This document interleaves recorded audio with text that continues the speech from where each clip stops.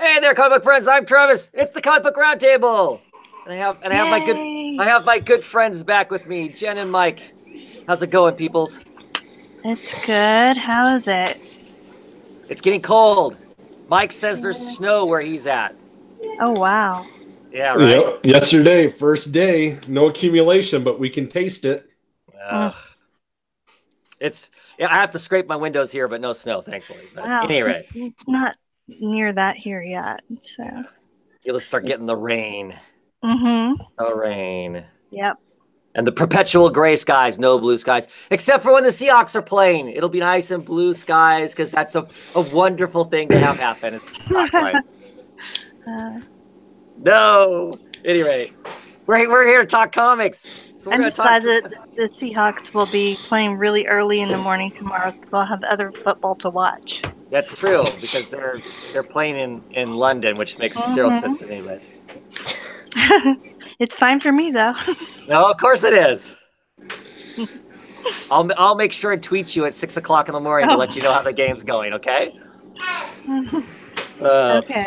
For anybody who does not know, both me and Jen both live in the state of Washington, but Jen does not like the Seahawks at all in any way, shape, or form. Yep. Anyway, they're not gonna. There's nothing to root for this year anyway. They're gonna be lousy. Anyway, let's get on to talking some comics. We're gonna talk Marvel books first. We're not even gonna flip the coin. That's just what we're gonna do. I have no Marvel books, so I'm gonna let you two fight it out who talks comic first. Well, I'm actually. Well, all right. I was going to say I'm very interested actually in the champions, but until then, we'll talk a little Superior Octopus. I have not been doing any of the Spider-Man stuff, so this was really nice and unique.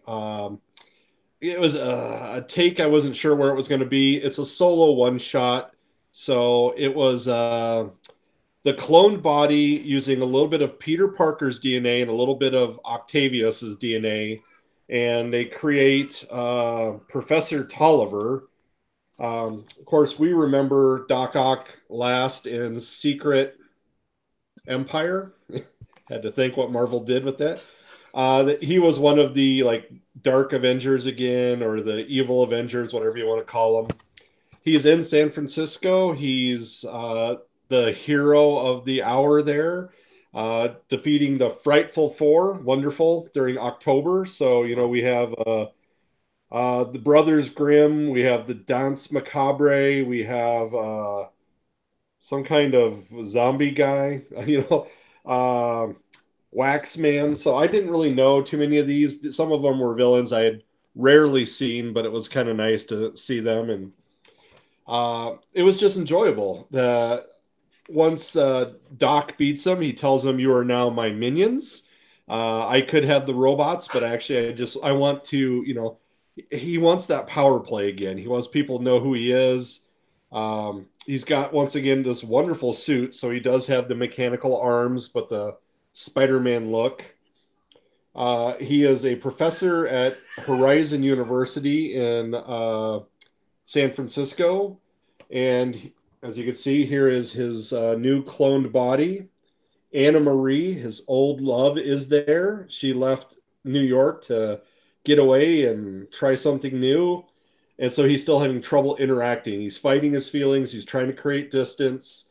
And it was just weird to see this really wild, chiseled cut hair that he has, but it's slicked back too. It was, it was just a wild style. I really liked it. I thought the artwork in it was very nice.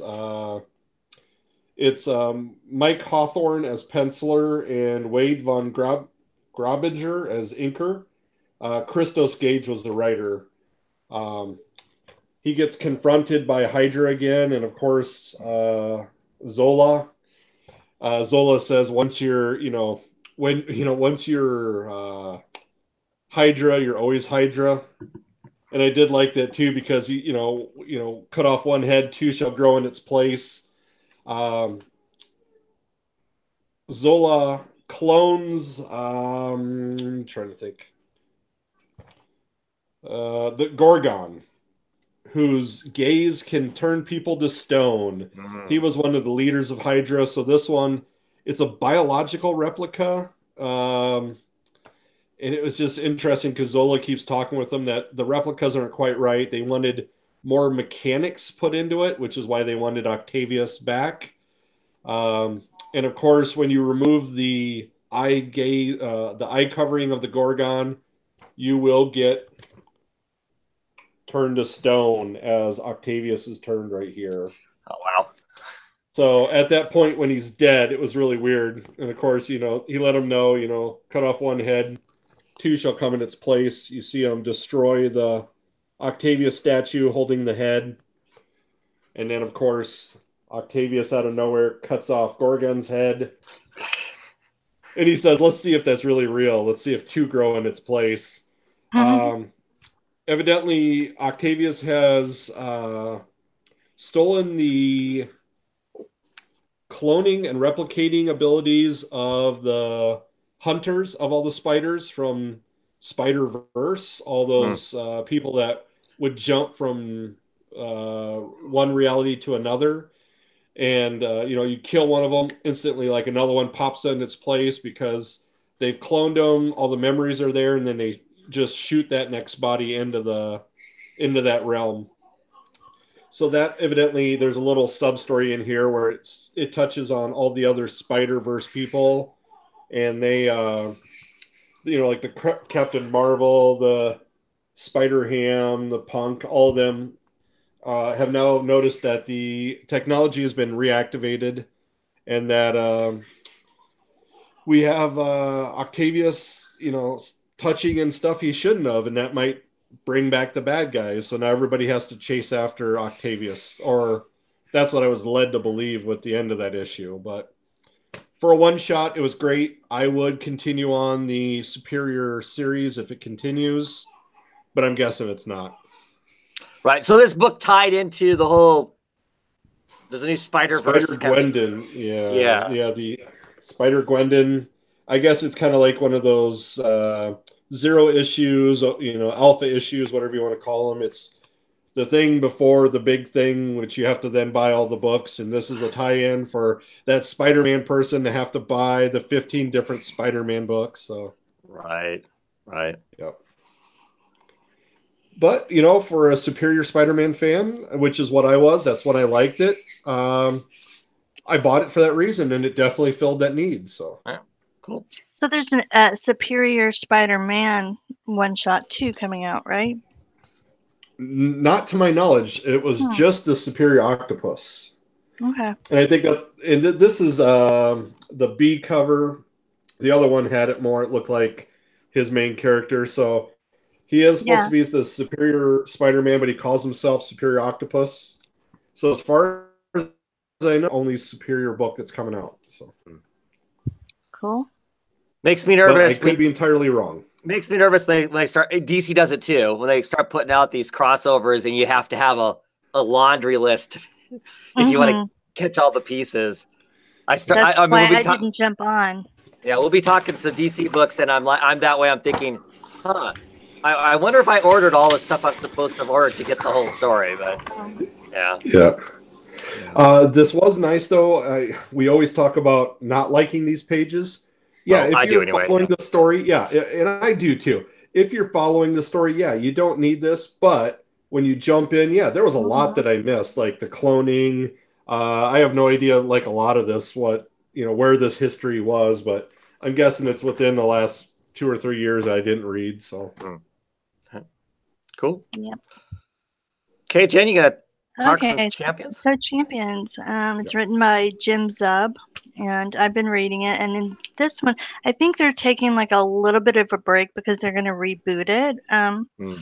Which I'm not excited about it. Hopefully more people jump on at the reboot because it's a pretty good book. So, but here in that time, they in the last issue, Man-Thing had shown up, and Nadia, Wasp, and Nova, without any powers, he kind of pulled them into an alternate universe or whatever. There was like a warp or whatever where they went through to a different dimension or something. So the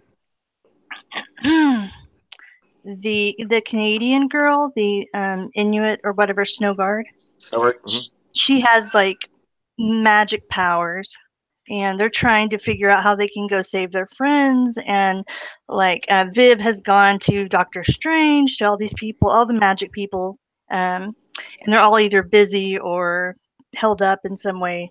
So then Snowguard figures out a way to access magic to help her friends, and they get this kind of a necklace.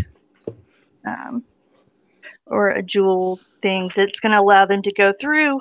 Well, where they go through to is Weird World, and it's Nice. D&D. It's full on like Dungeons and Dragons. You know, Ironheart is in armor and she uses a mace, and Braun the Hulk or whatever, he's an orc. You know, and it's just a lot of fun. And not all of them have their memories, so it seems like Ironheart, she remembers, but a lot of the others don't. And there's like a couple of man things here, which I don't know really what's going on with that. But she falls into it, and she's like fighting like this horde of rats, you know, that are attacking her. And then Miles Morales is in this, and he kind of shows up. He's kind of like a rogue, maybe, or a thief. He's, you know, shooting out the daggers. Cool. And saves her from the rats, and then the orcs like working in the mines or whatever, and Man-Thing shows up with Snowguard, and she's like in animal form, and they're trying to take down the mine or whatever, and there's like dinosaurs and just all kinds of cool imagery, you know, ape guys. And it's the same artist from D&D before, so he's taking over the art duties on this while the other artist is preparing for whatever he and Jim Zub have coming out soon. And I think it's supposed to be kind of like Legion of Superheroes or something. There's going to be like other young I guess heroes in the universe come in and out of the team, and so, a revolving cast then. Yeah, that's cool. yeah. Right on. I wondered because I saw the previews for that, and I saw them all like wearing medieval crap and whatnot. I was like, yeah. And I'm so like, it's what 3 the issues, hell? but it's really, and you know, I like Jim Zub's D&D stories anyway, so it's just it's a lot of fun to see where it's going, you know. So I don't want to give too much away at the end because somebody might want to read it. Yeah, well, I may jump on that if they're rebooting it. I may give it a try when it's time. Yeah, no, it's fun. It's a fun kids teen book, and I, you know, kind of like maybe Titans used to be or whatever. Right. Well, and I appreciate books like that. I need some of those in my reading material to help balance out all the horrible dark stuff that I read too. So, you know, kind of a thing. So if nothing else, just for that. So, yeah, cool. So that's my lone Marvel. And that's fun that they dive into Weird World because that's yeah. And I haven't really read much Weird World, so I don't really know what's going on there. But it was a lot of fun. So. Well, and it seems like something Marvel tried to ignore for the longest time. Like every once in a while, they would have the Avengers go into Weird World, and they had the Dark Knight there, but then, or the Black Knight. And then all of a sudden they just ignored it. And then they use it at times like this. And it's nice. I like it. I'm glad that they use it for that idea. Yeah. Makes it fun. Yeah. And I guess, you know, whatever the jewel or whatever is what kind of changed them. It's like an alternate universe version of them. So in that universe, that's the powers or the things that they would have and be. Right, so I'm guessing when they come back, they'll be back to normal. Yeah. Right. Cool. Yep. Okay. Marvel news. Mm-hmm. The only thing I know off the top of my head is I know that they've said that they're not doing a third season of Iron Fist for those people who. Yep. I mean, I'm about a quarter of the way into the second season. I like the second season quite a bit more than the first season, but I can see why they wouldn't, because the first season turned people off enough that I don't think very many people are watching the second season. So yeah, I haven't even seen the first season, so you're not missing anything. Yeah. Yeah. There's just so many shows. Yeah, for sure. For sure. I can't think of any other, like, something's coming up, or I can't even think of anything right offhand that was really significant that came out of like last week, because last week was New York Comic Con. I don't remember anything really big spinning out of that, even, to be quite honest. Okay, Yeah. well, I guess we'll go on and talk some DC books. Want to talk some DC books? Sure. Yeah. What do we want to talk? Well, I only have 2 books, so. Okay. Briefly about this, I'm kind of bummed. So this is Super Sons issue 3. I loved Super Sons when it was an ongoing. The first 2 issues of this were fun. Okay, by the 3rd issue, I'm not really feeling it anymore. It's.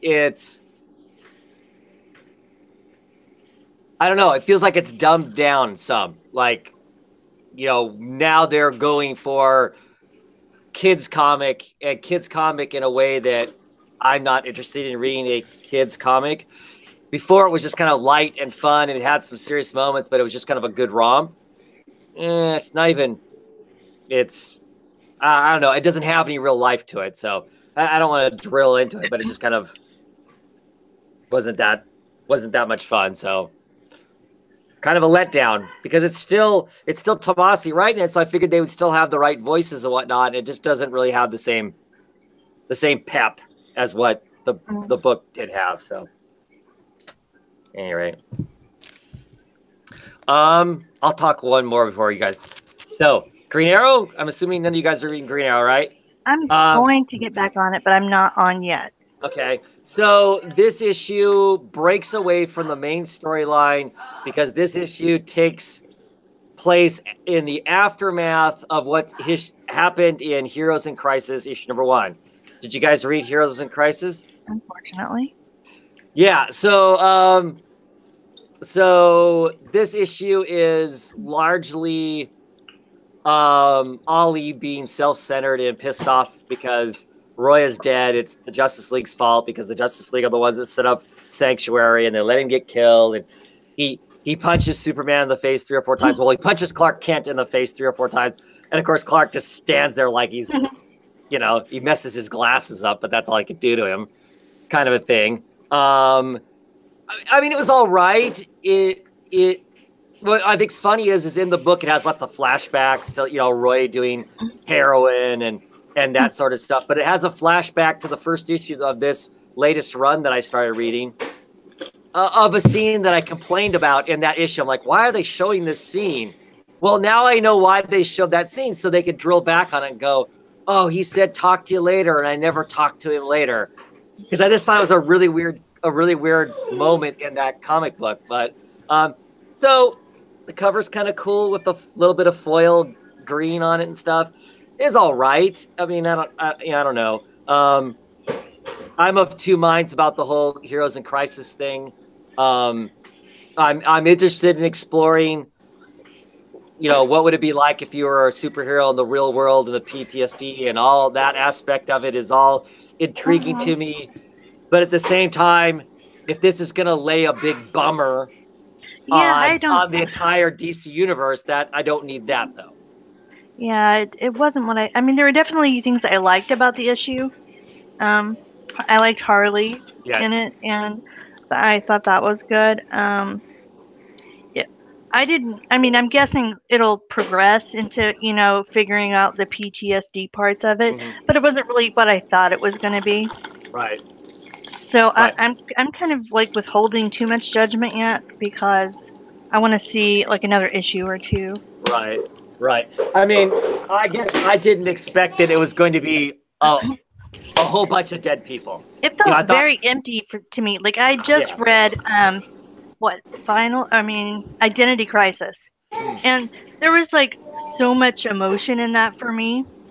And reading that and then going to the first issue of Heroes in Crisis, it just felt really flat, empty.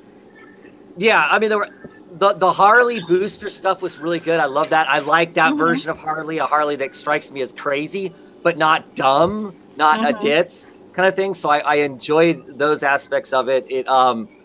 The art was beautiful. Yes, so. yes. But the kind of wholesale murder that's in it and stuff, all the deaths that are in it, I don't know about that. And this last week at New York City Comic Con, Tom King heavily implied, if not outright said, the deaths in this book are real deaths. Those people are gone. So now, of course, we know it's comic books. People get resurrected.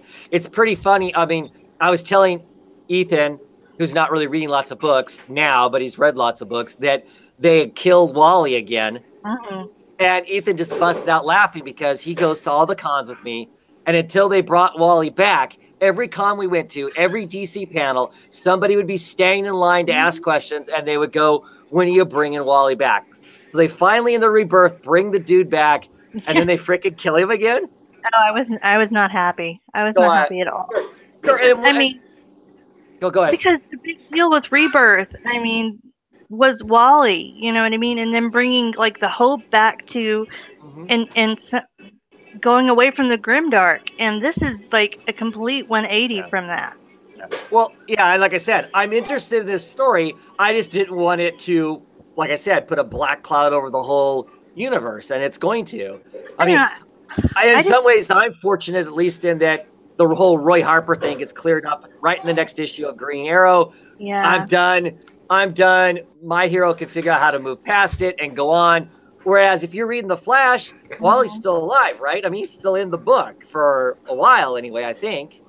They basically said that they weren't going to deal with his death in the actual Flash book until February or something. A few weeks ago or something, or when this was the whole rumor had been around, I thought Joshua Williamson said he would quit Flash if Wally wasn't there anymore. Maybe he's quitting and we just don't know it. So I don't know. I'm like waiting to see kind of what's going on with Wally. I don't quite trust that he's dead. Dead, right. That's why I'm not freaking out more.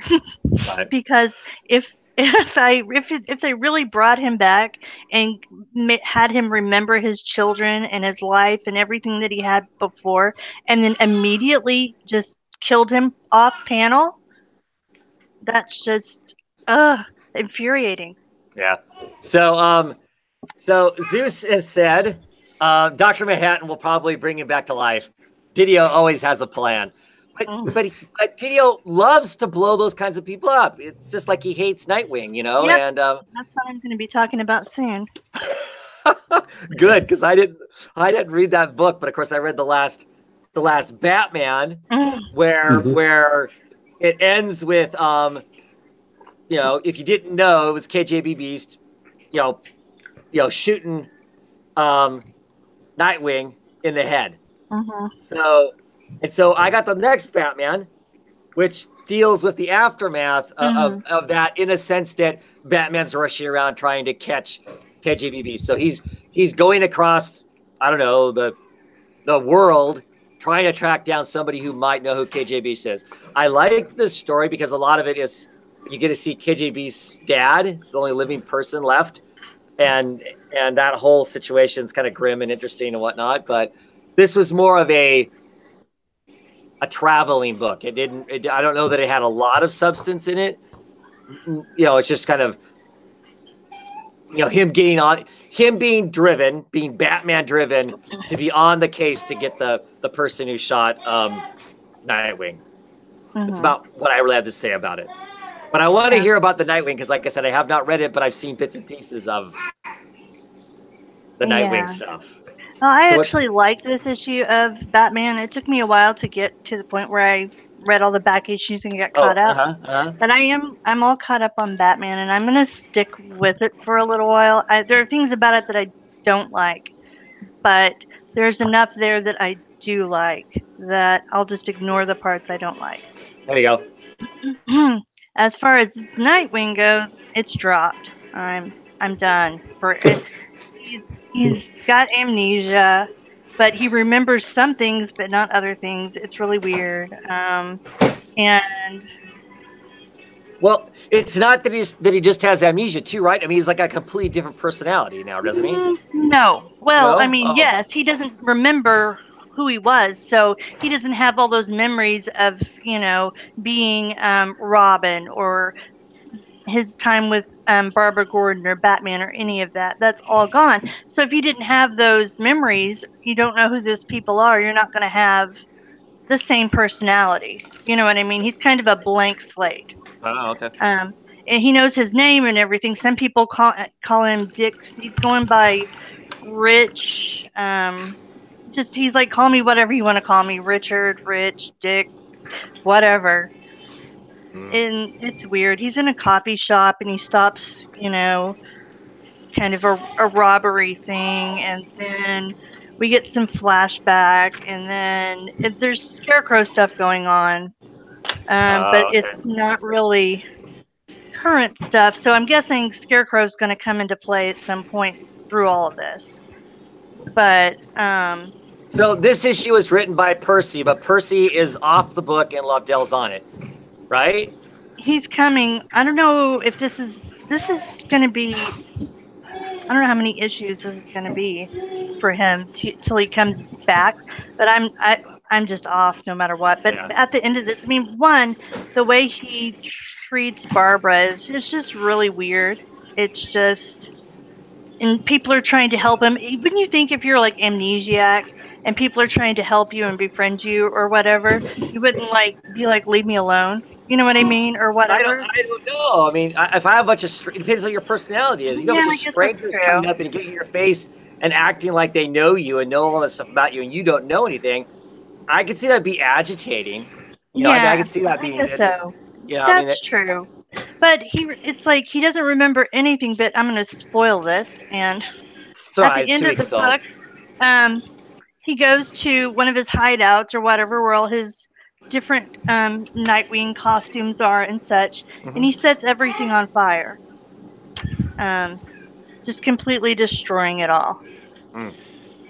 So I mean, he remembers to go there and do that for what I don't know why he wants to burn a past he can't remember. Is maybe he does remember something, bits and pieces, and he's just he doesn't like it, so he wants to be a new person. I don't know. Whoever he is, I don't like him. So, I'm done. What I think's really curious is, so it sounds like he's a little belligerent and whatnot, and they're basically rewriting Jason Todd into the Punisher-esque kind of a thing. Yeah. So that's what he's very, aggressive and angry, and I don't know. There's just nothing about him I like. I mean, he's not likable. Right. But that's been one of the saving graces about Dick Grayson is he's always been this kind of upbeat, even in the worst of times, he is the kind of the smiley face, right, in the Bat family. And I get the idea of let's explore something new with the character because where else do you go with him? Well, I didn't mind when he went off and he became like a secret agent. You know what I mean? But at his core, he was the same person. Right. He's not the same person. Yeah. Well, I just think it's interesting because my understanding is that Lobdell is taking over writing the book, that this is Percy's last issue because Percy did not want to do this with the character, is my understanding. And so I knew Lobdell was taking over, I just didn't know when. Right. And it just seems to me like it sounds to some degree Lobdell is going to be writing the same character twice. That could be true. Except,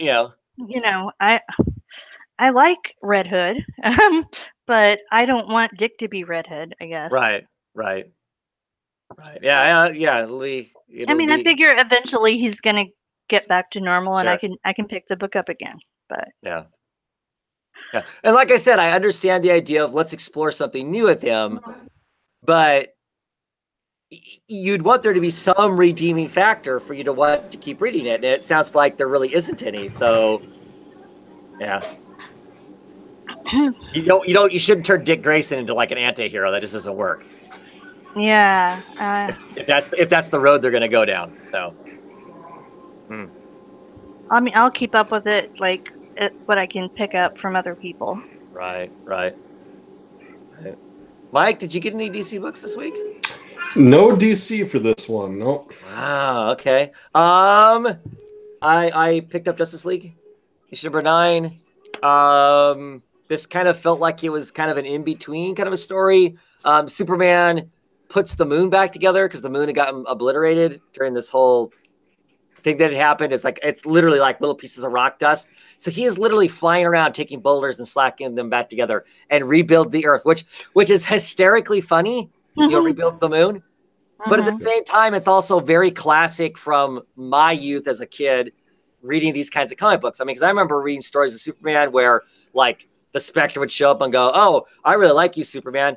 I'm going to give you a planet." And he'd literally give people, I mean, so the overpowered, ridiculous, how does that even begin to work? Somehow Superman puts the moon back together again. These creatures come to get him. They're creatures that absorb solar power. They like hide under the Earth's crust. Not the Earth's crust, but the moon's crust. And because the moon's been broken up, they're flying around. They attack Superman. Oh no, Superman's getting attacked. All the heroes have to rush together to help Superman. And Superman's like, "I'm fine." Batman just call him off.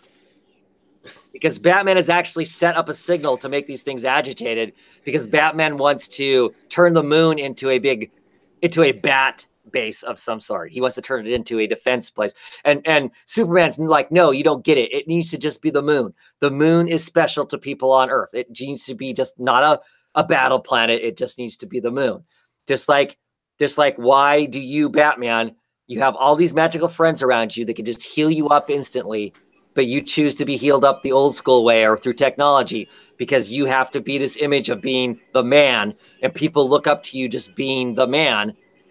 The moon's important too. I mean, I'm simplifying the analogy between the two things, but that's kind of what plays out in it. And some aspects of it work, and I kind of like. I go, "That's kind of cool." And other parts, like I said, are just kind of corny, and you just kind of go, "Yeah, okay." But this really was kind of an in between. It felt like an in between whatever else is going to go on.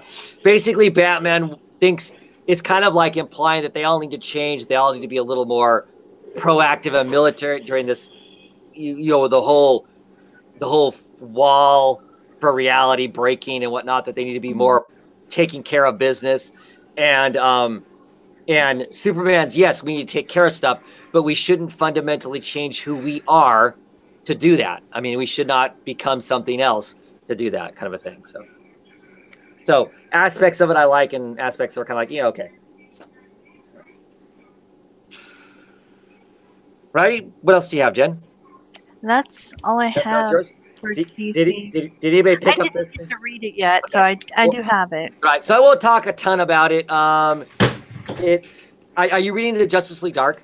Yes. Okay, so you saw what happened in that issue with the whole her turning into this kind of lit up thing and annihilating the upside down man, who's aptly named himself the Upside Down Man. So this is just a complete continuation of that. She goes back to the Justice League. She's like, "Oh my gosh, this really bad magic stuff's coming." So it's interesting. It's got aspects to it I like the magical characters. We'll see where it goes. This is really kind of the beginning. This is the book I was talking about earlier that I was concerned that maybe I have not picked up all the issues, because then it goes into Wonder Woman and then back into Justice League Dark and then into Wonder Woman and Justice League Dark. And I think there's another witching hour at the end of it. And I'm not 100% sure that I picked up that I ordered all the Wonder Woman. So I may be scrambling to pick up all the in between, because there's like 6 issues that this whole thing ties into. And I noticed somebody else talking about this week's books and saying that the Wonder Woman title was not its own story. It really was a direct tie into this. And so if you weren't reading it, you were suddenly in the middle of a story that you wouldn't necessarily know the whole thing. So that may just be their interpretation of it. But the art's awesome. I mean, the art is great. It's some good stuff there. There's Wonder Woman getting branded, this special thing. But the art, like I said, the art looks great, and the Detective Chimp looks really cool in it. He's got some fun lines. It's got a whole bunch of like little bits and pieces of old school, magic characters and stuff, which are kind of fun. But I enjoyed it. I mean, it didn't knock my socks or anything, but I'm curious to see where it goes. And I am pretty much picking up everything, so it doesn't really bother me too much that it's a crossover amongst that stuff. But I'm trying to find the list. Now that I said that list is in here, now I can't find it. So that's funny. Anyway, so I won't talk a ton about it because Jen hasn't read it yet. But no, curious to see what they're going to do with it. And now, like I said, now I can't find that stupid list to tell me all the books, but it's 2 or 3 Wonder Woman books, and yeah, of course it's not in there. Must be in the Batman one I saw it in. Anyway, yeah, that's my DC books. DC news. Oh. So did you watch the show, Jen? I did watch Titans, and I really like Raven. And in the still pictures, I thought I really liked Robin's suit and everything. Mm-hmm. But seeing it on him, it's like, to me, it looks like an adult cosplaying as Robin. You know what I mean? You're right.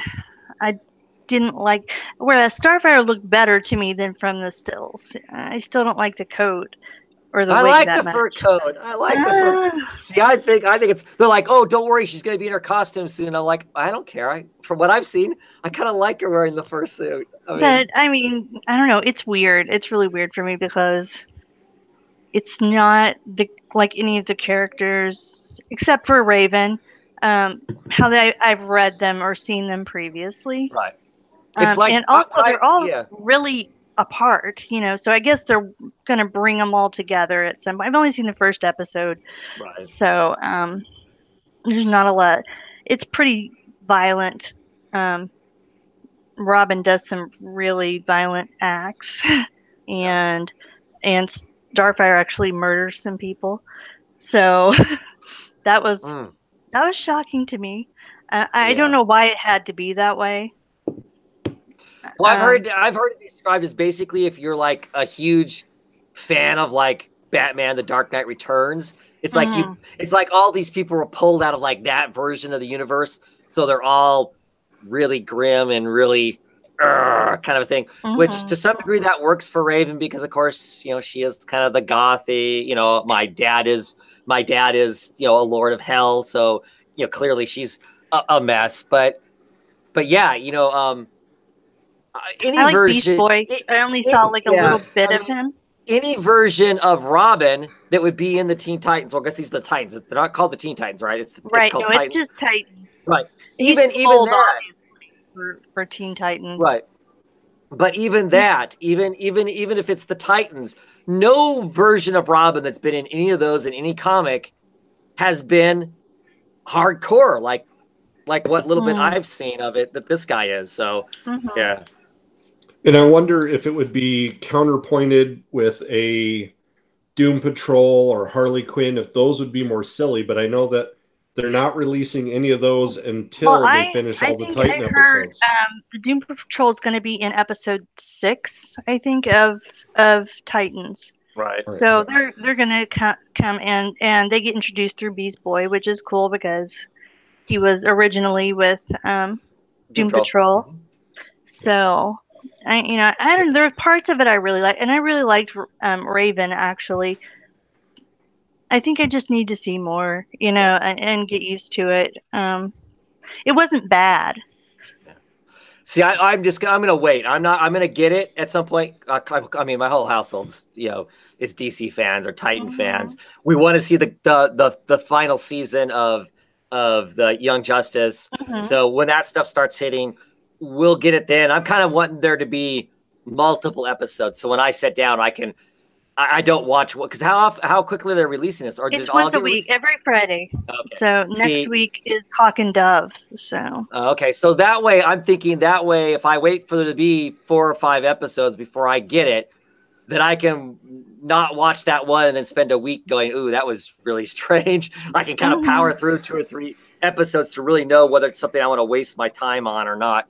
Kind of a deal. So I mean, for me, there's a lot of other stuff, of course, on the service that Allison and I have been rewatching Teen Titans, and we watched some Static Shock, and then I've been reading old comics on there.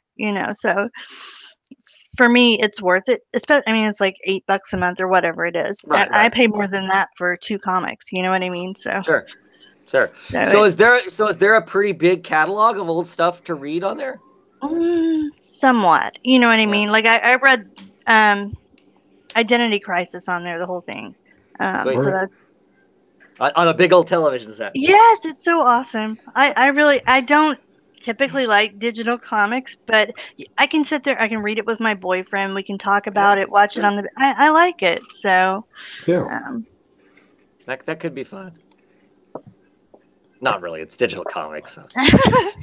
I knew you would hate it, but I actually like read, and you can make it really huge on the big screen and really see the art. And Yeah, so that might be cool if I can, get it, 55-inch, comic book. That would be be okay. Yeah. I mean, but there are bugs, there are problems. Like when I'm reading it in landscape mode or whatever on the Roku, every so many pages, it'll just shrink back down. And so I have to go back like 2 pages to make it big again and then go forward. That's annoying. Right. And hopefully some of those bugs get worked out. Sure. Cool. Okay. Any other DC news? Bendis's imprint, I guess. That's. Oh yes. The Bendis imprint. I can't remember what it's called, but yeah, it's Wonder something. Well, and it's a whole other imprint because he also has the Jinx World imprint too, right? Yeah, that's true. Which is his with the Jinx World stuff is his personal stuff, and then this one is using DC properties, right, to kind of do other stuff with. I guess they're going to be like all ages books. Yeah, the only one I'm actually truly interested in, to be honest, is Wonder Twins. Me too. And that's because Robinson, right? Robinson? No, yeah. Williams. The guy who wrote Flintstone. The guy who wrote Flintstones and right. And Snagglepuss is writing it. So I'm curious. I know it's supposed to be all ages, but do you know what I mean? What is it gonna be? I mean, it could still be a smart book, and I kind of associate him with writing smart books. So I because of who's writing it, I'm interested in that. I mean, I got a chuckle as a kid out of the Wonder Twins on the Super Friend TV show, but beyond that, I don't know that I haven't. Well, that, and there's a little bit of them in the backups. Mark Russell. So Zeus is saving us in the comments, so I appreciate that, Zeus. Williamson, I'm way off. And my hope is, since if it's teenage, that they tackle things that you would tackle in high school that would raise it to that level of intelligence. And there's a lot of big, meaty topics to tackle. There is. So I'm curious about that one. The rest of it, I don't know. Was there anything else there that was like Dial H? Yeah, they're doing Dial H, and Sam Humphries. Sam Humphries is writing Dial H. Yeah, and then I think like a Legion of Superheroes type book. Yeah.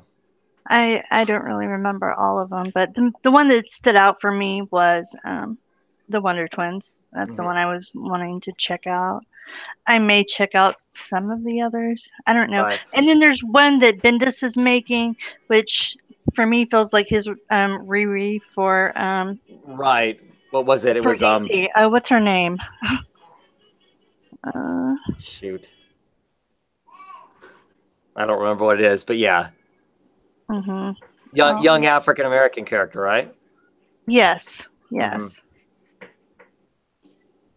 So, and there's been a little bit of criticism about the fact that here's this new imprint, and there is one person of color in the entire imprint, and it's all a bunch of dudes otherwise, right? Well, I guess you've got Wonder Girl's in it, and Jan from the Wonder Twins is a female. Creator-wise, there's yeah. I don't know who else doing books, but I think they're all that I remember were men. You know what I mean? Yeah. So it's always curious when they do that kind of stuff. That I mean, if Jenny Hex is going to be in it, the great granddaughter of Jonah Hex. Yeah, I am curious about that because she doesn't know it. She doesn't know what that means. Supposedly, the character's around. So I'm curious about that too, just because I like Jonah Hex. So yeah. So I mean, I'm that's cool. That's cool that they're trying to target a different age group. I agree. You know, they're way behind the curve. Both the big two as a whole are way behind the curve. I mean, they have some kids comics, but that somewhere in between. Yeah, that's where really kids are really reading and absorbing, and you know what I mean. I remember when I was a kid, that's what I did. You know, there's like that certain age where all you want to do is go through book after book. You know, or play video games or whatever. Now there's definitely a lot more competing for their eyeballs, so they need to do something that's smart to to change that, whatever. But I know that there are other graphic novels and books that sell very well for children. Well, yeah, 100%. Yeah, you and Longbox were just talking about that. I didn't know about that writer who outsells everybody. Yeah, Tegelmeyer. She's since we had, I talked to Longbox Review, Eric, I talked with him last weekend about Tegelmeyer's new book. She's got another autobiographical book called Guts. And then she has a book about, how to make your own comic kind of a thing. The how to make your own comic book to share your Smile, because it's based off of her book Smile. The pre-order printing of that book is 500,000. Guts is 1 million. They're printing 1 million copies now. I mean, so they know they're going to sell that. So and if you don't know who Tegelmeyer is, and you don't think comics are selling, you need to go check out her stuff and just understand that just because Superman and Batman and Wolverine and the X-Men are not selling millions, there are comics out there that are selling millions. It's not the world that I came from, being at the age I am. It's a different, kind of a thing, but it's out there, kind of a deal. So the audience is there. It's just got to be, it's just got to be something else. So, yeah. Oh, the Jenny Hex is debuting in the next Walmart Batman issue. Oh. And I'm not getting any of those either. So my boyfriend went to try to find a copy of the Swamp Thing for me, and he asked like the employees, and they had no idea that they were even selling DC, but they didn't even know what it was. They asked, That's what Sarah Smash was saying too. She went to the Walmart there in Vegas to see if she could find the book, and they were like, what is that? The employees didn't even know what it was, kind of a thing. Yeah, so. same thing here. So that's weird. I may try in Federal Way and see. Yeah. Or maybe it's those places where you guys have all those comic book stores. They don't have them in Walmarts because there's no reason to carry them in Walmarts because there's comic book stores everywhere. Out here in the desolate no land where there is no comic book stores, every Walmart has them, I guess. So I haven't seen them because I haven't gone in, but I do know they're there from other people telling me. So yeah. Alrighty. Any other DC news? No. Talk some independent books. What do I want to talk about? Sure. What do I want to talk about?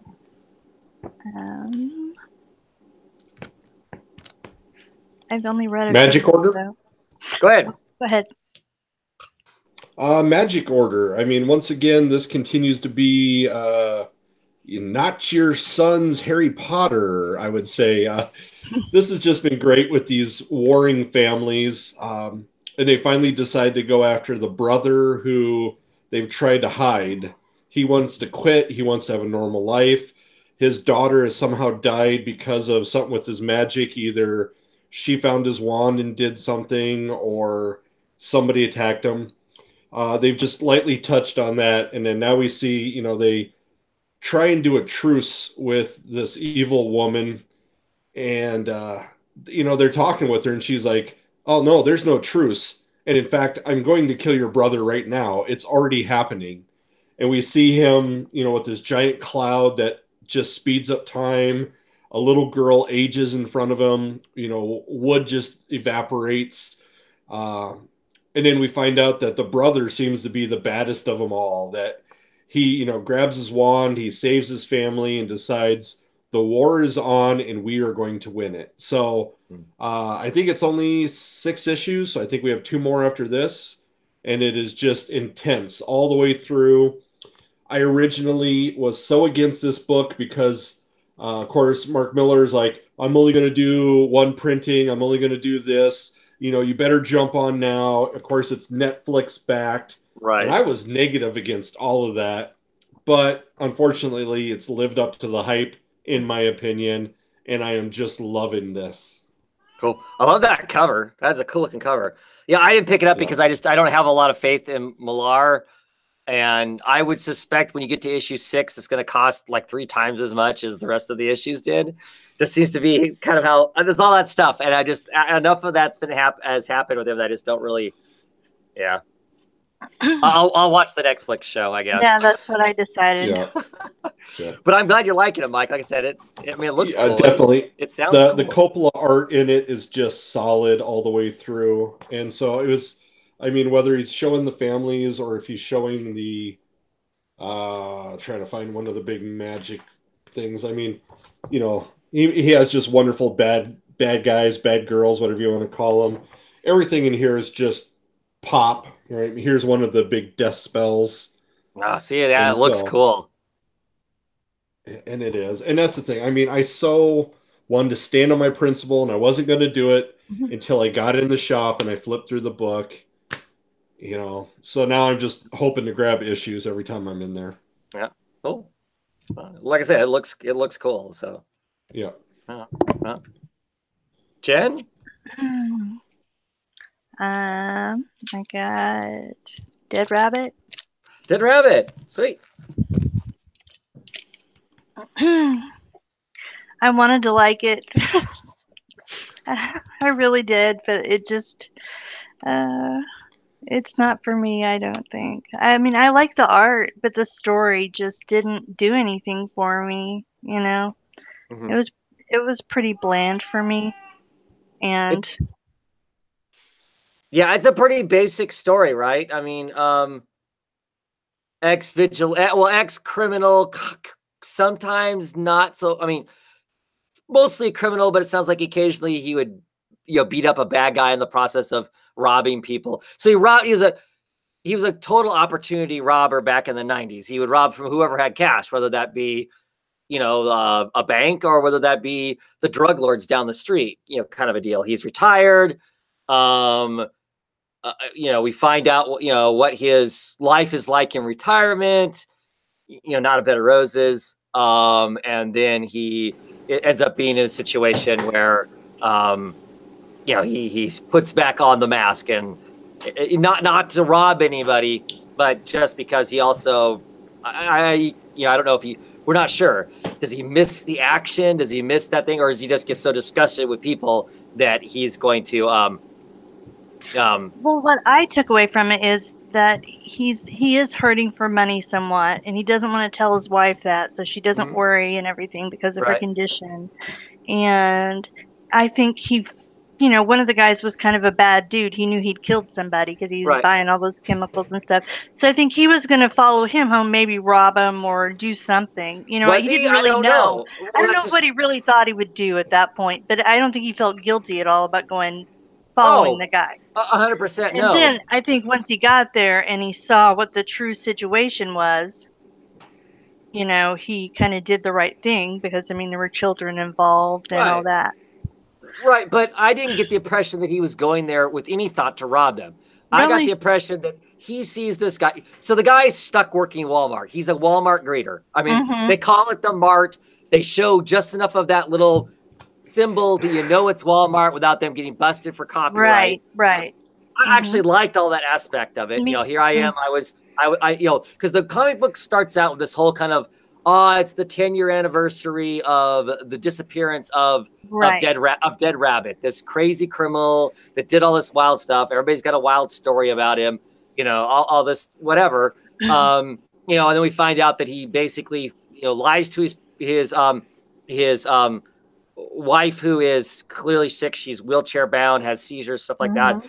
He's going off golfing and he's actually going to work and he's working at Walmart. So I mean, it's like, how worse could it possibly be than to be a greeter at Walmart? I mean, so that part of it I'm amused by.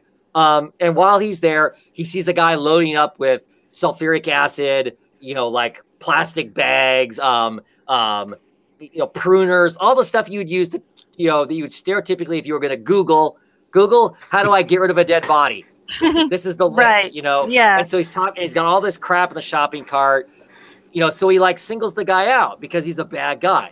but we don't really know why his motivation is. I mean, he's That's true. somewhat of a hero. And that's the part that gets kind of dicey with the book, because there isn't a real motivation. Nothing. I'm not sure if he's a hero or if he was just bored, or right. You know that's what just I it. mean? We don't get why he decided to do it. But at any rate, he shows up at this dude's house. He starts beating the shit out of him. And then, because he thinks they're hiding a dead body under the staircase. He kicks open the staircase. It's full of like fly paper in there, with all the flies all over it. And there's like small children that have been in there for who knows how long. So they're clearly in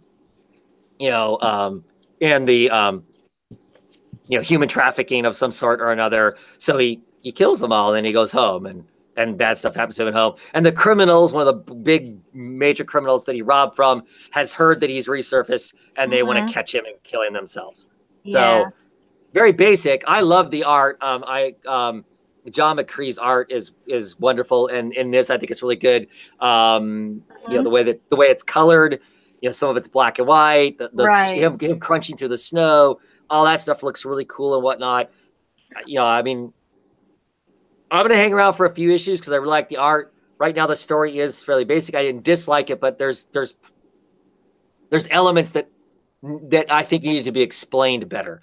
I'm not a big fan of Jerry Duggan as a writer. I believe he wrote a lot of Deadpool, I want to say. Deadpool, yeah. And I didn't like the Deadpool. And I didn't like it, not just for the Deadpool annex. I didn't care for it. So I was leery of this book, but I wanted it for the artist. Mike, this is the same artist that did the art on Mystic, Bill Hester book. Oh, yes. You read that on Hoopla or whatever, right? Yep. But so that's why I was getting it. So I'll hang around for a while and see what it goes. I didn't dislike it, but it wouldn't like blow me away. But like I said, I really like the art. I love that cover. I picked it up because of the cover. So I think I'm not gonna stick with it, and if it gets better, maybe I'll.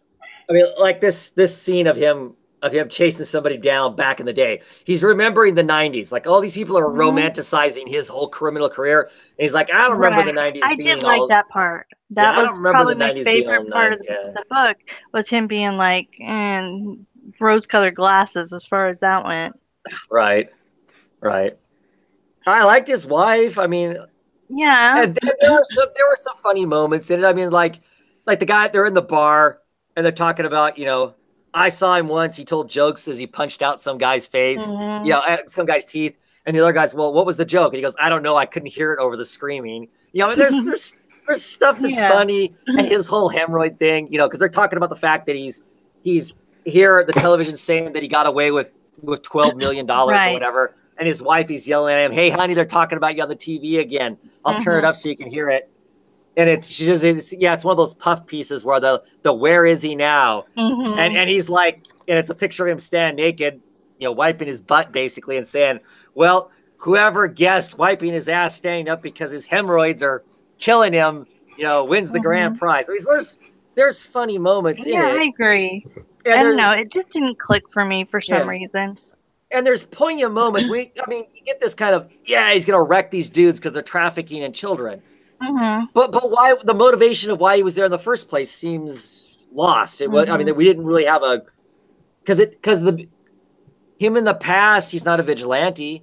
He beats up bad dudes, but he beats up everybody, kind of a thing. Right. So I didn't get the impression that he was like a Robin Hood type character. And maybe he is. Maybe he's just missing the junkie part, the thrill junkie part of it. I don't know. So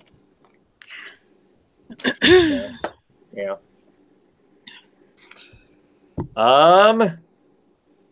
Paper Girls? You read Paper Girls? I haven't read it yet, but go ahead and talk about it. Nope, I won't. Other than this happens. Yeah. It was great. It's exciting. The end of it is crazy. It's one of those endings where you're just like, oh no, what just happened? And the story's gonna go who knows where now, kind of thing. And it's not coming back until March. Aww. Right. So kind of thing. Still brilliant Cliff Chang artwork, all the great stuff that's in the book all the way along. From the last issues, we were kind of at this point where they were starting to connect the dots of, hey, this is how we might be able to make this stuff happen. And it goes it goes completely sideways again, like it does at the end of every one of these arcs, right? The end of the arc, you're like, they're like jumping hundreds of years or something else has happened. And this time it's, yeah.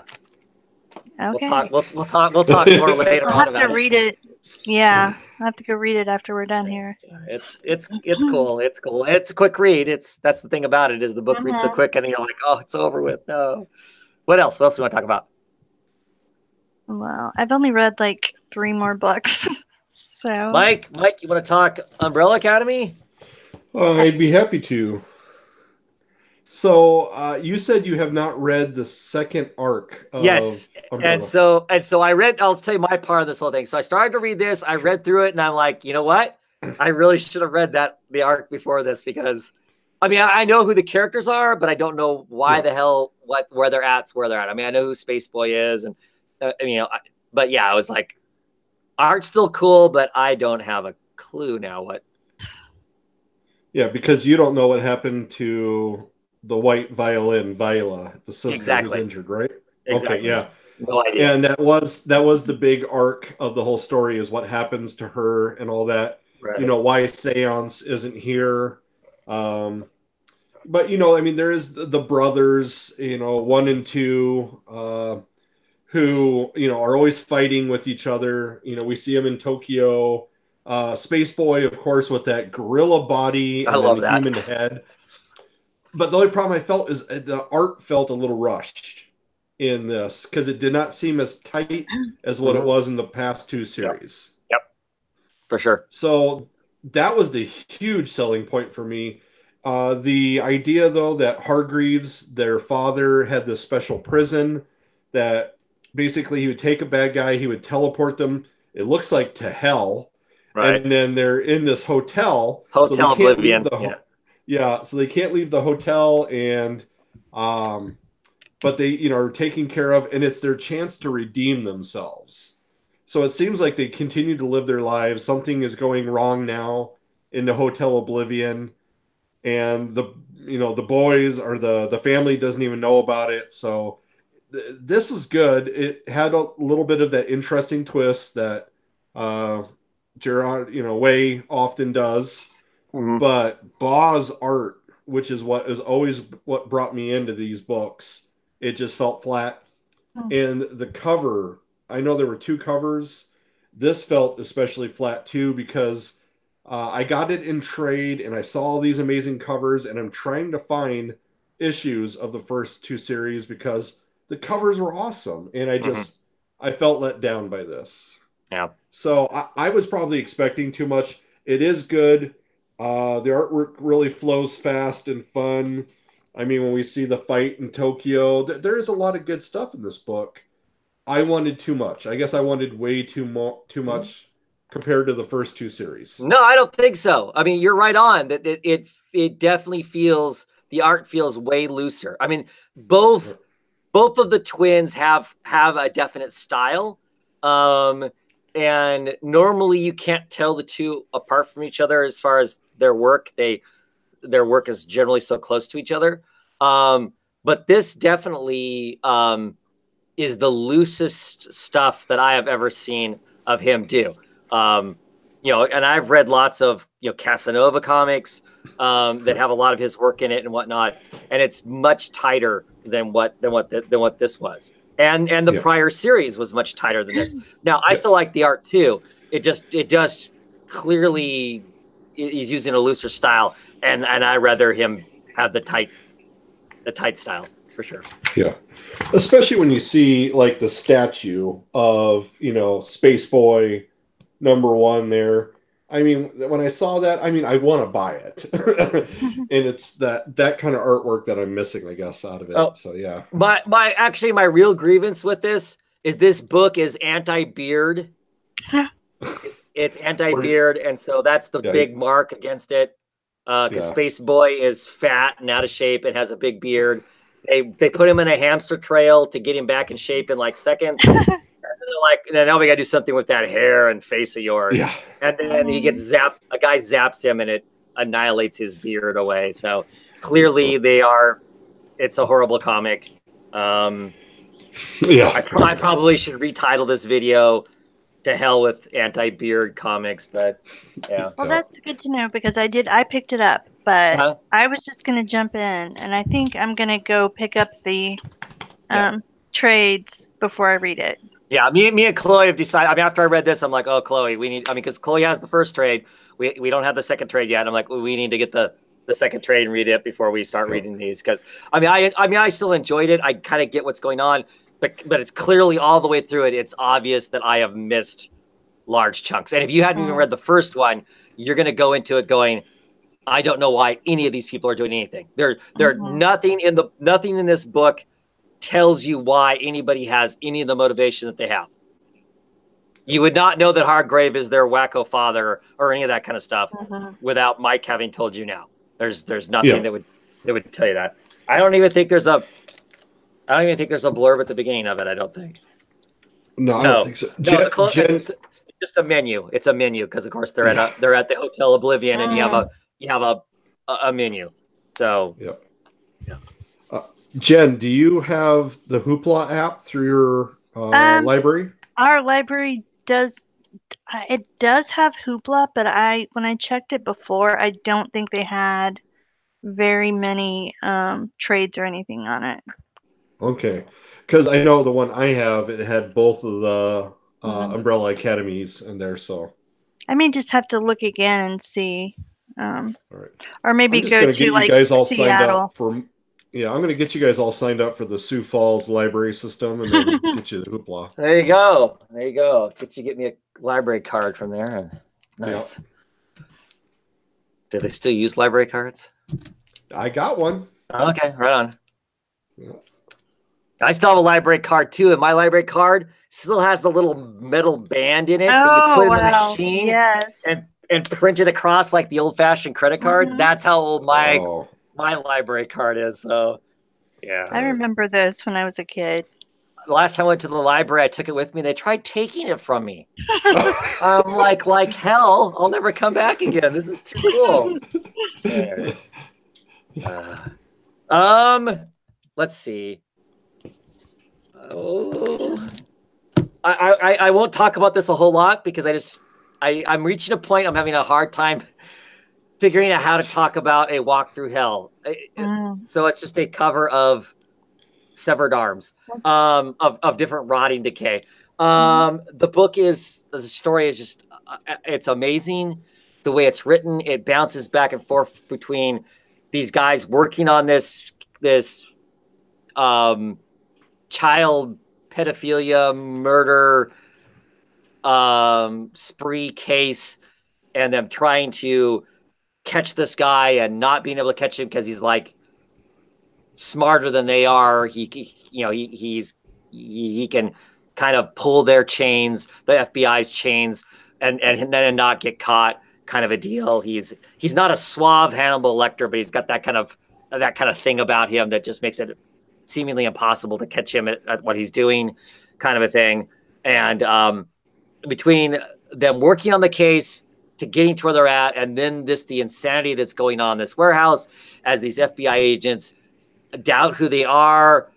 At one point, this woman who doesn't even believe in hell, she's decided that she's done something really bad. She knows she's done something really bad.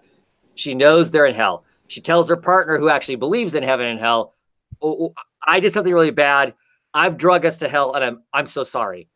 And the guy's like, "Look, you don't believe in that stuff, so you can't start talking like you believe in it now, because I'm going to completely lose it if you start acting like you believe in hell and we're in hell. I'm just telling you now, you need to stop this."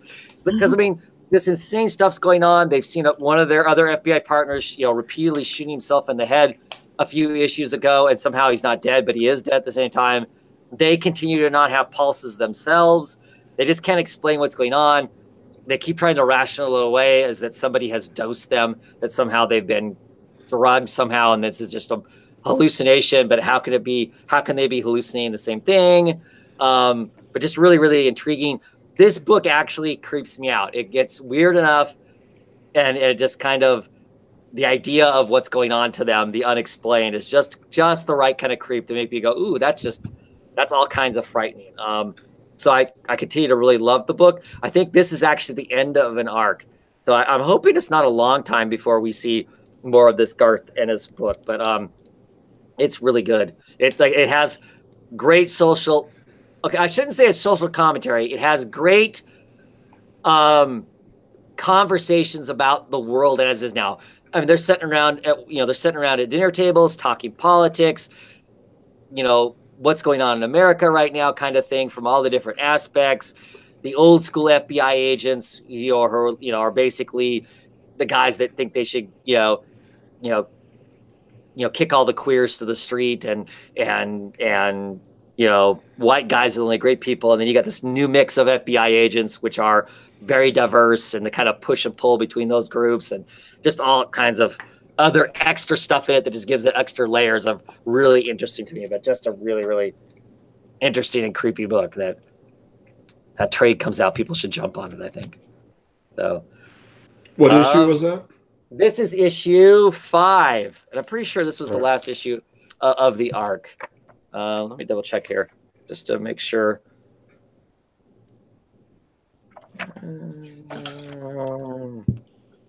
It says end of book 1.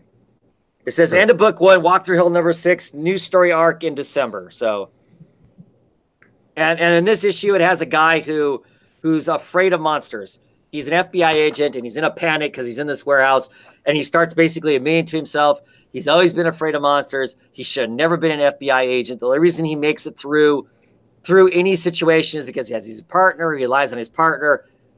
By the way, his partner is the guy who's been shooting himself in the head repeatedly and is long since dead. And he runs into that guy shooting himself, and he completely loses his composure when he sees his partner, starts throwing away, and all the monsters come to get him. And in this case, the monsters are basically arms. They're sets of arms that are attached together at the shoulders. So it's a whole army of arms crawling at him. That's what he sees. And his gun's jammed. His gun falls apart. He's completely freaking out. He starts to have a heart attack, and he's thinking, thank God, I'm going to die of a heart attack. I'm going to die of a heart attack before the monsters actually physically grab me. And then somebody starts saving him. And the person that's saving him and telling him, no, that's cheating, is our serial killer, child rapist, whatever the heck he is actually saying they're pumping his chest to keep him alive so he doesn't die of a heart attack, because that would be unfair of him to die of a heart attack instead of dying from the monster arms getting him. I don't know. It's just, like I said, it's intense. It's an intense book. I really like it. Really like it. What else you guys got? What else you got, Jen? Well, I read The Dreaming. Dreaming. The beautiful Bliss Everly art. Yes. I really love this, just the art in this book. It's stellar. Yes. And the story's really fun for me too, just trying to figure out what's going on. And all just the weird creatures and coloring is great in this book. It's just very fun. Yeah. So, right, you've read all the Sandman stuff, right? I have read Sandman, yes. Yeah. So to me, though this is not written by Gaiman, clearly, I mean, he looks over it in some sense or another, supposedly, but written by Cy Spear, it feels very much of the Sandman universe. I mean, this just feels like it's just part of, of that universe. I mean, Merv is such a great character. Our pumpkin-headed caretaker of the dreaming. His job basically is if things get broken in the dreams, he's supposed to fix it. One of his big jobs they talk about in this issue is sometimes when people, you're dreaming and you start to kind of wake up, you wake up enough to realize you're dreaming and you kind of manipulate your dreams. Well, that causes havoc in the land of dreams. Stuff starts leaking, and they got to make sure that you stay asleep or something, you don't gain some sort of level of control. So, he's working to try and do that. Of course, what's happening in the dream right now is there's these kind of soulless, featureless squishies. He calls them like squishies or something, are leaking. They're all over the place. They're taking over his job. He's so concerned about that while he's concerned about that, the realm of the dreams is slowly just coming apart at the seams. It's cracking, it's breaking, it's falling down. Lucian, our librarian who keeps all the books of all the dreams that have ever been dreamed ever, he's the original narrator. I mean, if you thought about the original storytelling, he would be the first narrator. He can't remember to even say, once upon a time there was. He's slowly losing his mind. He's flushing away things into, there's this kind of like coffin chest that all the kind of like bad rogue dreams get shoved into, that he's been shoving stuff into. He's shoving lots of extra stuff into it.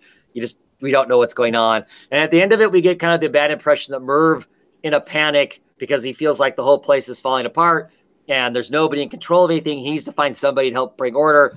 So he actually opens up this black chest and pulls somebody back out to bring order to the chaos.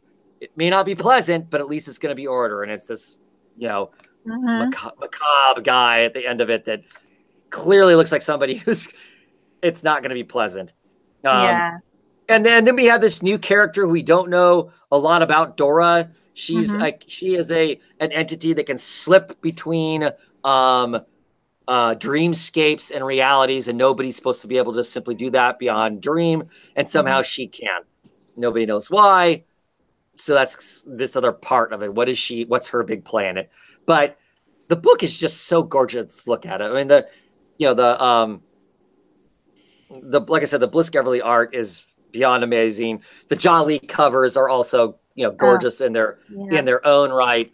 But the art is just, it's so rich. She puts so much into it. New goals in my art collecting life. I know she works on paper. I have no idea whether she sells her work or not. If I can ever find it someplace, I'm going to be spending some money because I need to own some, because it is just super, super rich stuff. So. And I love when the Raven shows up and she kind of like hulks out. Yes. Yeah, that's the greatest.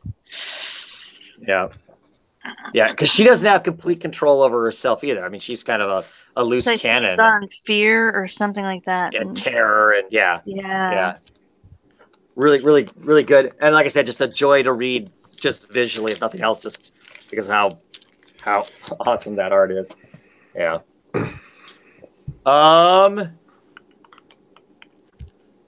Redlands is back. Been gone for a long time. Did you read this, Jen? I did. Issue number 7. Great to have it back. It seems weird in some sense because the last issues that we read, I remember the father coming and he was like, he made himself look like a girl, was hitchhiking in a truck, and the truck driver starts to make a move on her, and she like bites his nose off and eats it, and he seems all kinds of creepy and whatnot. And then we get him here, and he's more like a grandfatherly father figure telling stories and whatnot. And he doesn't seem that kind of creepy at all. We find out that he's been around for forever. He's like the god of chaos and hell, right? Yeah, something like that. I know chaos. An Egyptian god of chaos and hell. Right. Alice has been around. One of the characters in this has been around forever because she was around during the Egyptian times also. Kind of a thing. Death and chaos. Yeah, death and chaos. Yeah. So, and he is asked a favor. So what I find really curious about this, visually, I love this book in some places and I hate it at the same time. Oh, it's like for me, there are parts I'm like, oh my gosh, this art is so great. When they're like in the mental scape in Alice's head and the ghost girl is trying to use her body and there's like this tug and pull. It's them basically nude in the black liquid. I love all of that visually. I love it when the dad reminds his daughters that I am not asking you of this. I am telling you this is what you're doing. That is all really sinister and really cool. But right up before that, so they established this shot of them sitting around a dining room table. They're playing cards or whatever. There's a big lamp there that gives you the visual of this is where the light's coming from. And then we get these panels of that stupid light in his head. And I hate it. Oh, It's like, why would you do that? I mean, there's the lamp, right? And then we get a couple panels later you know, they put the lamp in to cut the top of his head off and to cut his head off. And I'm just thinking, why? You could, Right. I mean, I'm just saying, visually, you could move that lamp completely out of the scene and we wouldn't go, hey, where'd that lamp go? You know, we wouldn't as readers. But now it's just like I don't know, I was lazy. I didn't want to draw his hair. I didn't want to draw his, I don't know. It's just, but boy, that, like I said, the scene next to it where he gets all evil, his hands turn black and he turns into this kind of, I don't know, tree-limbed whatever entity is, and he informs them that I am not asking you of this. Yeah. You know, your supposed lives and the inconveniences that this might cause, what I'm asking you to do, I do not care. Mind your place. That's all. To me, that was like, ooh, really visual, really dark and rich. I'm like, yeah, I love that. And then, like I said, then we get into this other part of the story that's going on. I like that element too. There are some really creepy moments where she lets us know that this Casper guy didn't just do something bad. Like it implies that he's like, maybe he was a pedophile back in the day before, you know, Alice got a hold of her and bound her to it. Ooh, all really kind of cool stuff. I saw, like I said, I like the art most of the time, and there's occasional moments that I go, did we think that through? I mean, I love the Egyptian stuff at the beginning. It was all really gorgeous too. I didn't love the coloring on that because, I don't know, there was something about it that made it really hard for me to see. I wish that the oranges had been maybe just a little lighter or something so that I could see a little better the Egyptian stuff. Later on, the other Egyptian stuff is plain. I mean, it's very visible. Well, and then we get those pages of panels of literal hieroglyphics. I mean, it's basically and that actually tells a story because it goes on for pages. You know, I'm not sure I 100% I was going to say, I was trying to figure it all out. Are these the three sisters, or that's what I was wondering. I'm like at one point one of them dies, and I don't know exactly. I guess so, because, you know, when they're in constellation form. Right. Yeah. That's what it seems like to me. But I'm not really sure what it all means. Right. You know? I'm not 100% on either, but I did. It's cool, though. Yeah. I did like it. I even like the Polaroid on the back here of the, you know, road off in the middle of the Florida swamp someplace or whatever. I don't know. I'm happy to have the book back. I really liked it. It just seemed totally different in some ways because, like I said, the way Dad was acting when we first saw him, I thought he was going to be some sort of kind of weird psycho of some sort, and instead he's this elder god kind of a thing. So, yep, it's a really cool book. Yeah, I like it. Smells weird though. It smells weird. It does. I was really noticing that. Like, ooh. Yeah, I know that's like, okay, and so I have other image books. They don't smell like that. Why does that one smell that way? I'm like, it's weird. Yeah. Let's see other books with super gorgeous art.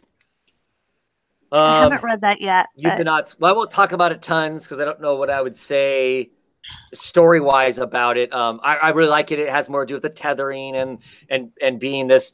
I'm being a euthanaut, being an astronaut that goes into what would be the next realm after death, kind of a thing.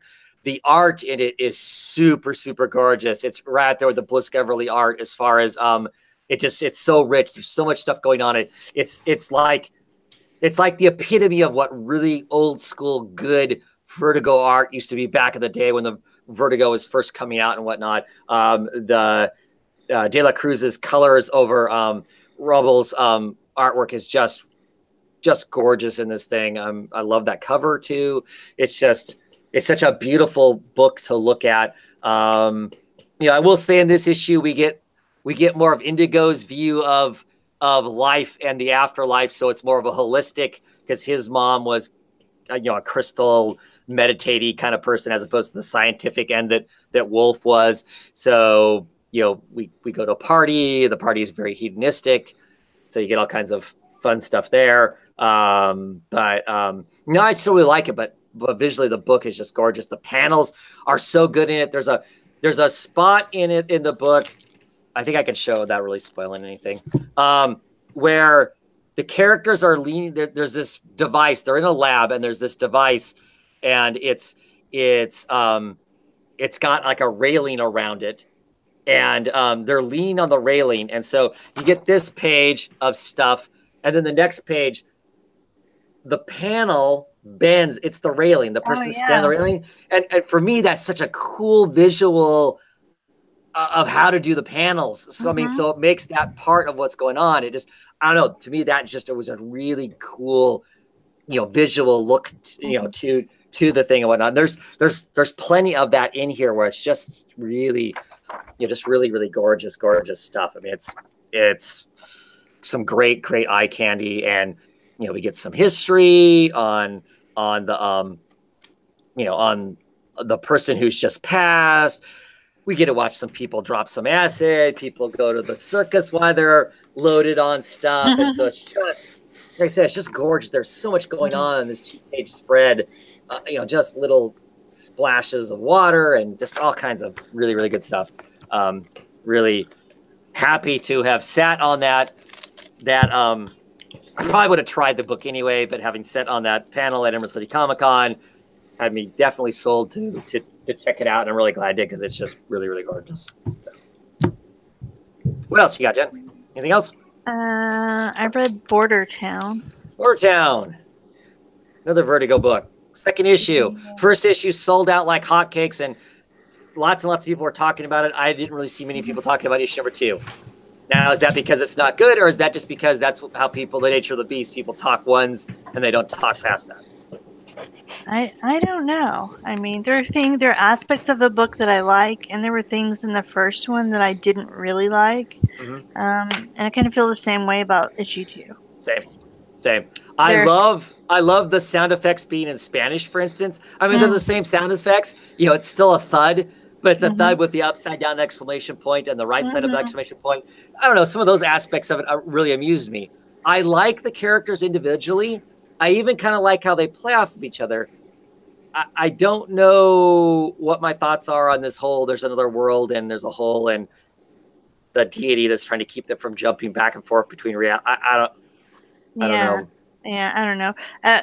In the first issue, I think I enjoyed more kind of like, I want to see about all this mythology that I know nothing about. In this issue, it didn't really excite me that much. It was really impersonal, and I don't know, just like the monster of the day, this guy gets killed, and I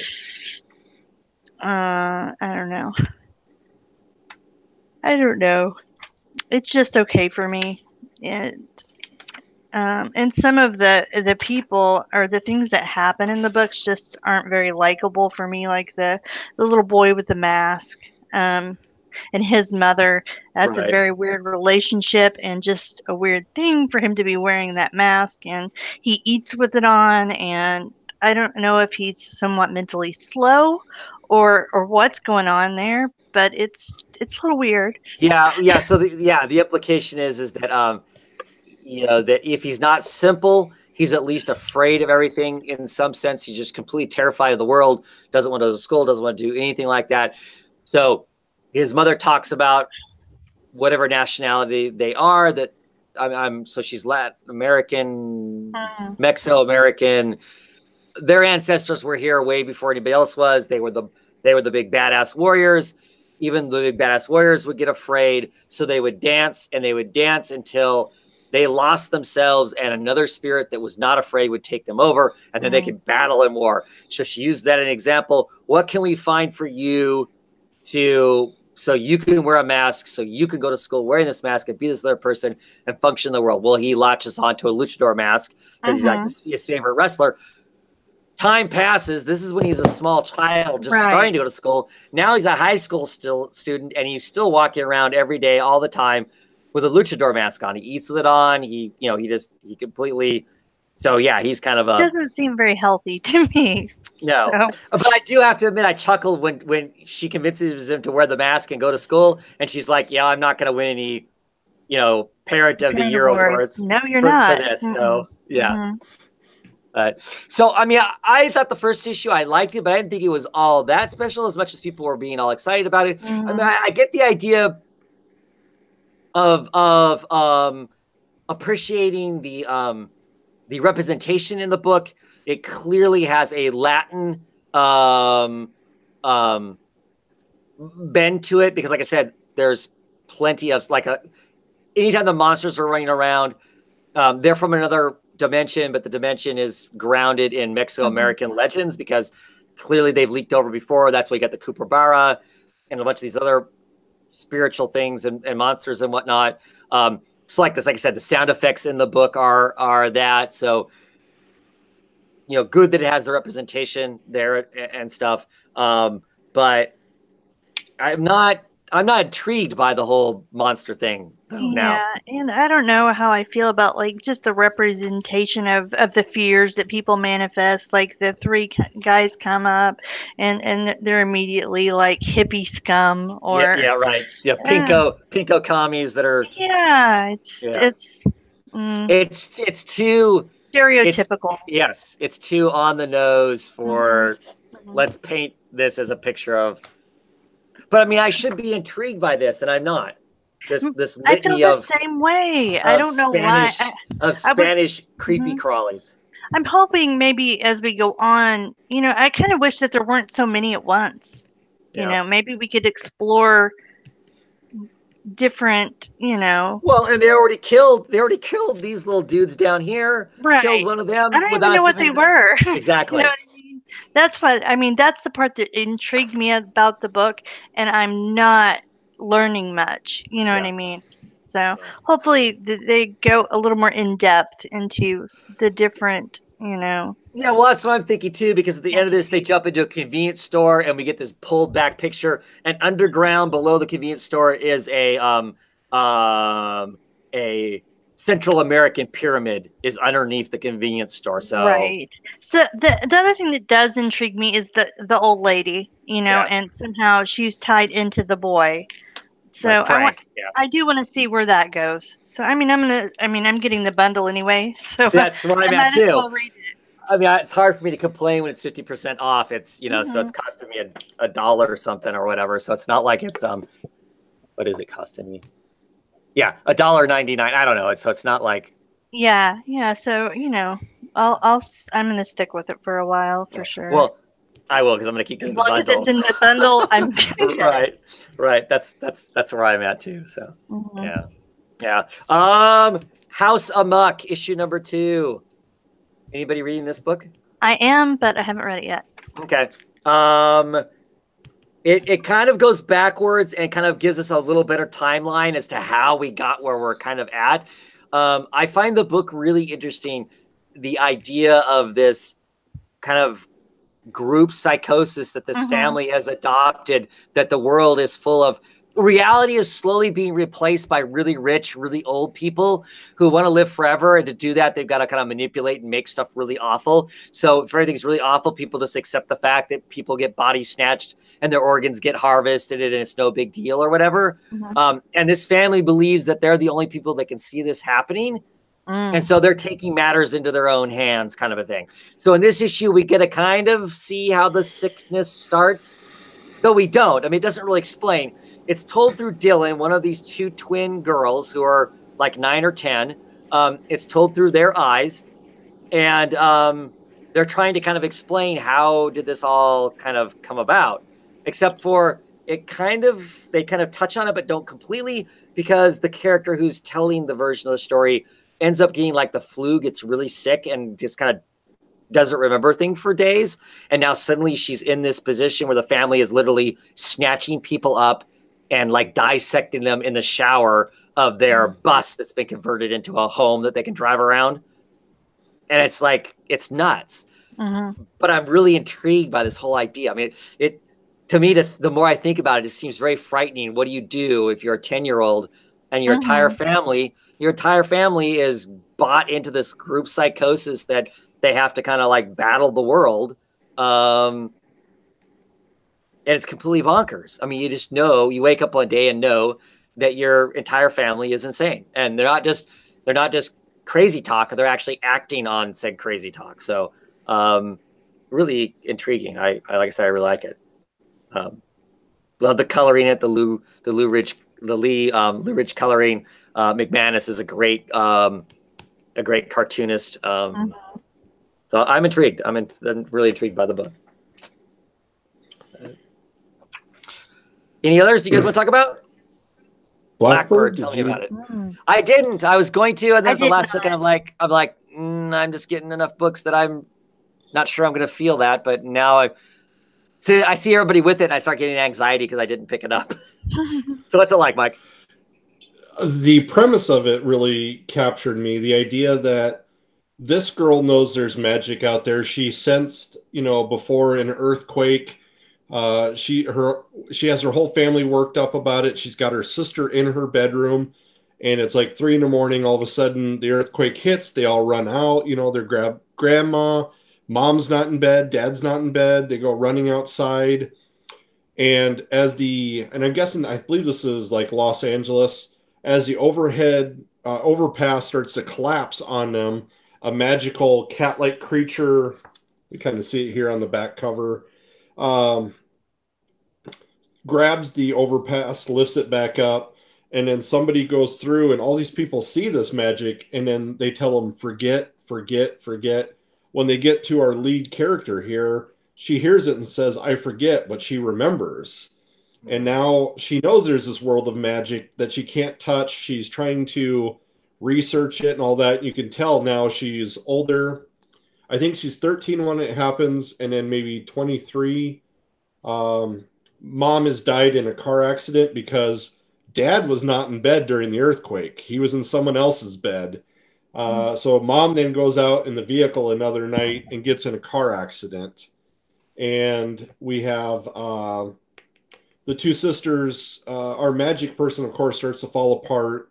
She's taking self-medication that she's buying from people at the bar to help her out. And her sister wants her to succeed, but she's dealing with what her sister believes is psychosis, but she knows there's magic. She's trying to investigate. She keeps encountering what she thinks is the edge of it, and the artwork was definitely solid in here. We have that's Jen Bartel, right? Correct. Yep. Sam Humphries writes it. Jen Bartel, and so it's definitely very nice. It was a good storyline, but the execution wasn't where I wanted it to be. I wanted more of the magic backstory, and it's definitely very deep. It is definitely about our main character and her trials and tribulations with how does she deal with it. And I guess I thought there was just going to be a little bit more to it. It's an older, maybe teen comic, I would maybe say. It's still smart. It's still good. It just wasn't my wheelhouse, I guess is the best way of putting it. And I read a lot of meathead comics. This just had a different style, and it wasn't grasping me. But I'm sure there will be tons of people out there that do like it. So I will be giving this to some friends, and I hope they enjoy it. Cool. Yeah, there was something about the way it was described as being neon and something or other that made me somewhat concerned that it wasn't gonna tickle my fancy either. And I think that's ultimately why I didn't pick it up. I mean, the Jen Bartel art is gorgeous. I mean, she's makes really beautiful people for sure. Yeah, the colors pop. All of it is nice. You see the encounter with the magic people and all that. So it's definitely, it's right on the edge of what I wanted. It just, style-wise, it was just different. And I'll definitely read it now in Hoopla trade. I mean, that's the lucky part I have on that kind of stuff, but sure. I'm not spending issue to issue for it, no. Sure. Cool. Well, I've only got one other book to talk about. Jen, you got any other books you want to talk about?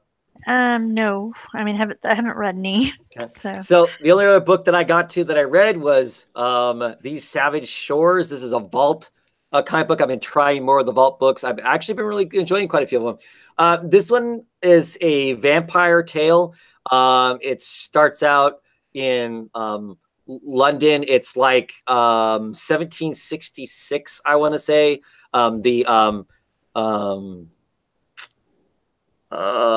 the British fur company is, one of the predominant merchant forces that's out there. It's slowly spreading itself around the world, to the East Indies and all that sort of stuff. There's a vampire. The vampire is in a boat and is on this long journey to the East Indies somewhere. And he is writing a letter back to some loved one back in England, talking about how he screwed up. He's really sorry.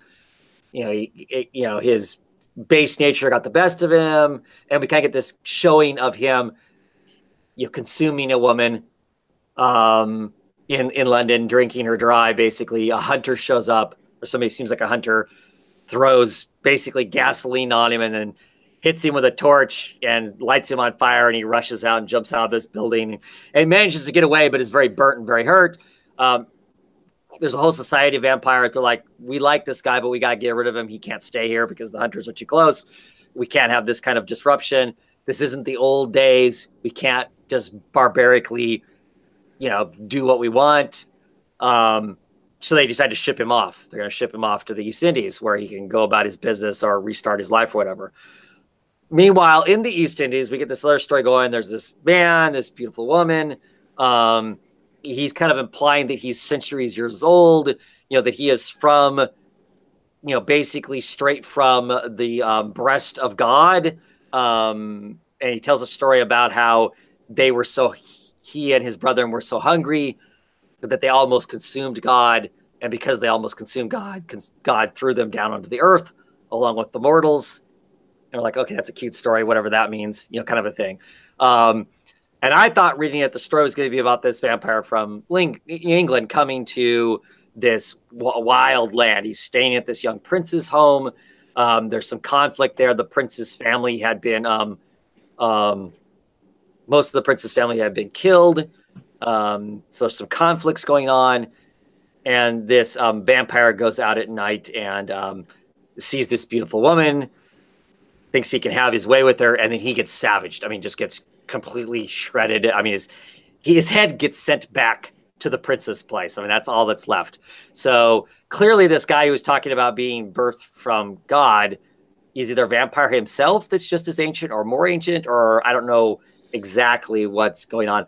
I'm interested. For me, I like vampires, but I don't always necessarily want to read lots of vampire stories because there's been like a billion of them, right?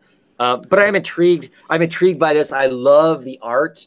It's just got the right kind of color and feel to it. As they're traveling across the sea, the panel work like this, where he gets hit with the gasoline, the hunter throws the gasoline and lights it on fire, and then he runs and jumps out and then runs down the street. Just really smart, design of panels and grids and imagery. There's lots of good shadows and interesting shots. It feels very much like we would be at the turn of the 18th century, someplace in India. The way this is all drawn, the colors, the oranges and stuff. Just really, really. I mean, like I said, I really enjoyed the art, and I kind of want to know what's this. Who's this ancient guy that lives under this tree where these bats fly out of and whatnot? Is he a vampire too, or is he something else? And he clearly seems to be, way more powerful. We don't really get to see him. He's this dark,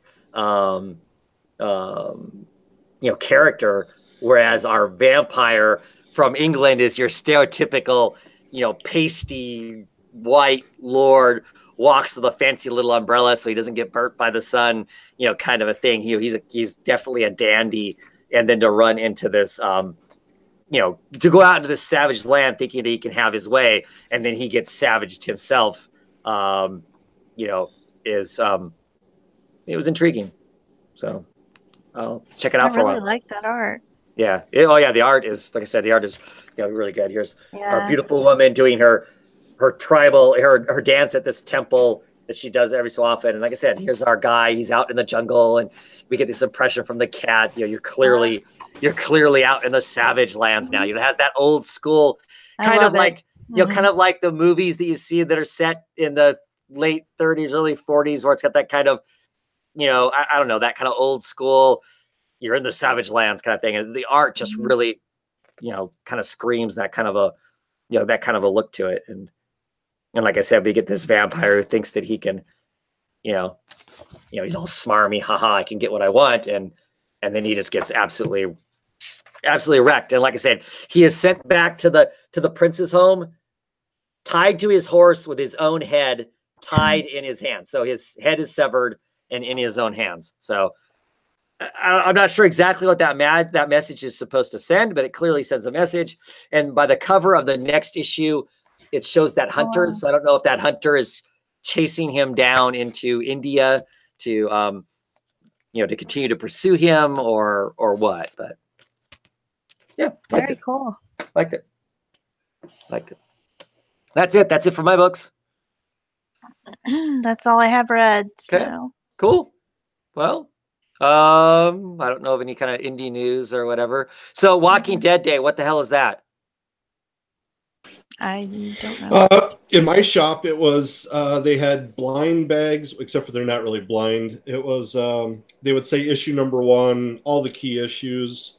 So I bought like an issue number 1, and it may have been there was a couple different artists, and some of them were like the naked covers, some of them black and white, some of them variant covers of yeah at issue number 1. Standard price. So you pay the $3.99 and then you open your bag and blah blah, that's what you get. So it was all right. There it was like Batman Day. There was sales on other books. So is it Walking Dead Day because this is the weekend that Walking Dead starts or something?